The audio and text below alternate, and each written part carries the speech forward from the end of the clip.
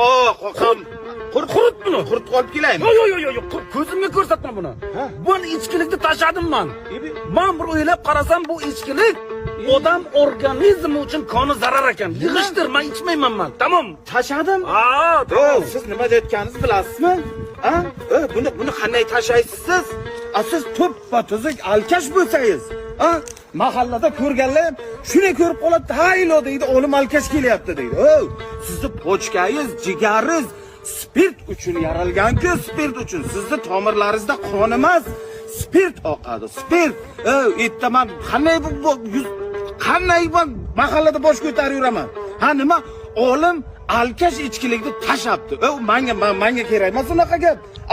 Sizni turmushingiz spirt bilan-ku hammasi. Siz qanday qoqaydingiz? Bu Navoiycha ishlar qayerda qoldi? Jilg'a qilib, aylantirib, araqni uraydingiz-da, orqasidan pivo bilan zakuska qilaydingiz. Siz qanday tumalab yotaydingiz? Erta birov ichsam, olim alkash ichish tashapti desam, u yaxshi gap emas u. Siz qoqishingiz kerak. Siz mana shu uchun yaralgansiz siz. Jiyanjonim, onalarni ko'rsat, och qoqaylik buni. Buncha gapdan keyin